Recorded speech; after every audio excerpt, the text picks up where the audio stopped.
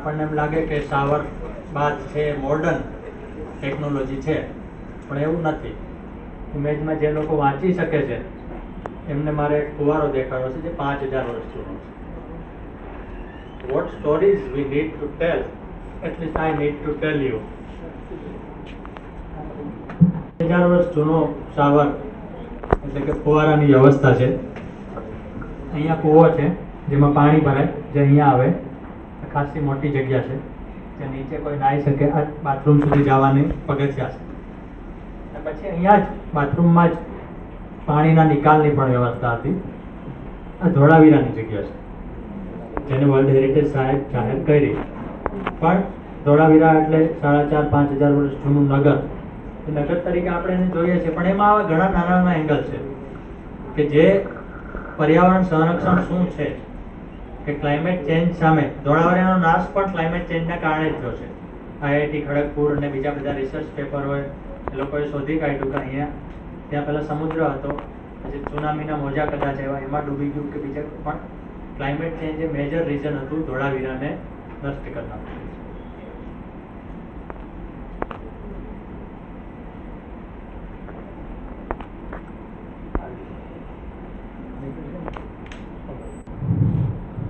હવા પ્રદૂષણ આગળ હા નહીં આગળ તો તમને કેટલાક એક્ઝામ્પલો આપવાનો છે કે કઈ રીતે એર પોલ્યુશન રિલેટેડ અને ક્લાઇમેટ ચેન્જ રિલેટેડ સ્ટોરીઝ છે અમે પ્રેઝન્ટ કરીએ છીએ.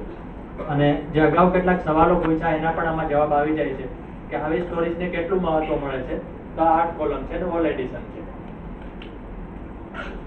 હવા પ્રદૂષણથી નુકસાન થાય છે, પણ એની ગણતરી પણ થાય છે કેટલું નુકસાન થાય છે. હવે હવા પ્રદૂષણથી મને તમને નુકસાન થાય તો આપણને સીધી સાંજે ખબર ન પડે કે આજે હવા પ્રદૂષણથી મને 50 રૂપિયા નુકસાન થયા. તમે મોબાઈલમાં ગેમ રમતા હો પેલી બેટિંગની, તો તમને ખબર પડે કે આજે મારા 15 રૂપિયા, 50 રૂપિયા કે 500 રૂપિયા ગયા. પણ હવા પ્રદૂષણથી બધું નુકસાન સીધી રીતે રિલેટ નથી કરી શકાતું, પણ એની ગણતરી તો થાય જ છે ગ્લોબલ લેવલ. તો આંતરરાષ્ટ્રીય એનર્જી એજન્સીએ જે રિપોર્ટ તૈયાર કર્યો એના આધારે ખબર પડી કે દુનિયાને વર્ષે $2920 અબજ નુકસાન માત્ર હવા પ્રદૂષણથી થાય છે. પણ આપણે દિલ્હી રહેવાનું નથી હાલના તબક્કે, તો આપણા શહેરનું કેટલું છે એની સ્ટોરી આપણે રજૂ કરીએ. એના ડેટા તરીકે તમારું સ્ટોરી ટેલર તરીકે મહત્વ વધશે અને જે વાત છે એ ઓડિયન્સ સુધી અસરકારક રીતે પહોંચી શકશે.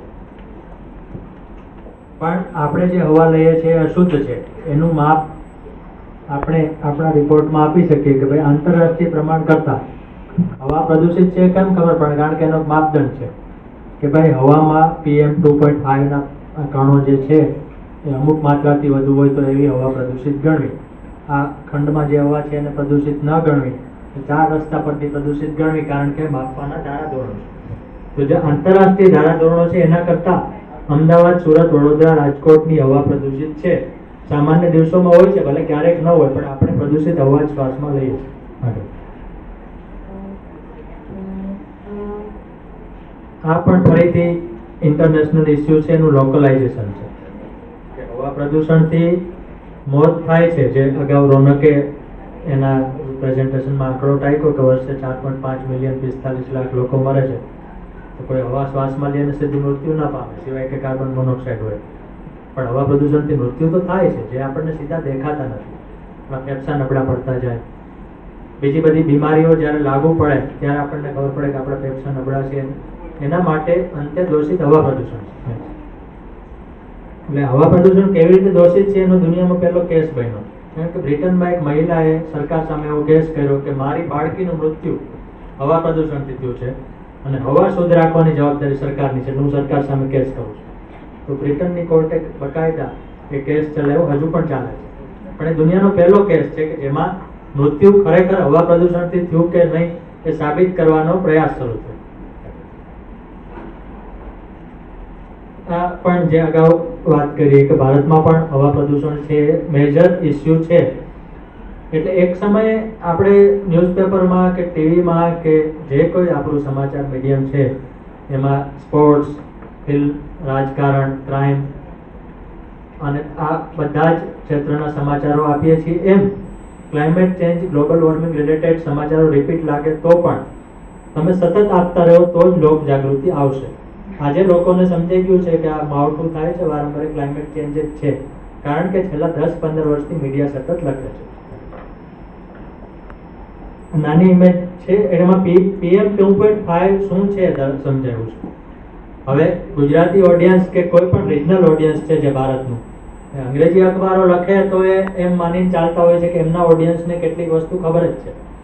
એટલે ટાઈમ્સ ઓફ ઇન્ડિયામાં ક્વોન્ટમ ફિઝિક્સ કે ક્વોન્ટમ કમ્પ્યુટિંગ વગેરે આર્ટિકલ આવે નાનકડો તો ચાલે, પણ ગુજરાતી મીડિયામાં ક્વોન્ટમ કમ્પ્યુટર ઉપર લખવું હોય તો અડધું પાનું ભરવું પડે, કારણ કે તમારે સમજાવવું પડે કે ક્વોન્ટમ કમ્પ્યુટિંગ શું છે. અને એવી રીતે PM 2.5 શું છે, હવા પ્રદૂષણના જે મહત્વના કણો છે શું છે, એ આપણે દર વખતે સમજાવવું પડે, અને આવું વિઝ્યુઅલી સમજાવવું પડે કે આપણો માથાનો વાળ છે એના કરતાં આ નાના છે આટલા, એટલે એને PM 2.5 કહે છે. એ કણો હવામાં 10 લાખ કણો એ કેટલા છે એના આધારે હવાનું પ્રદૂષણ નક્કી થાય.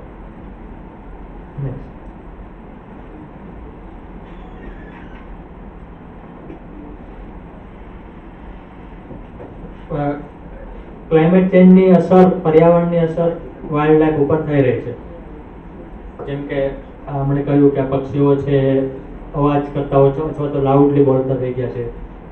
આફ્રિકામાં હાથીઓ છે અને એની હત્યા એના દાંત માટે થાય છે. તો કેટલા બધા